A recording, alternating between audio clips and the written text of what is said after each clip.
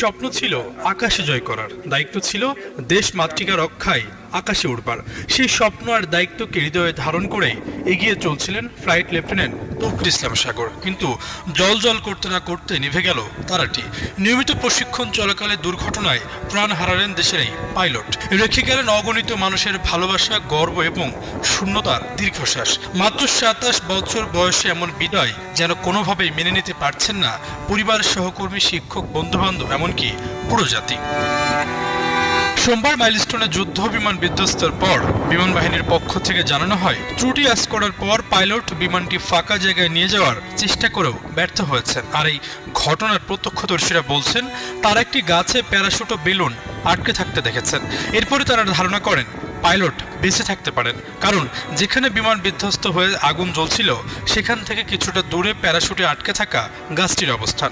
শেষ পর্যন্ত পাইলটকে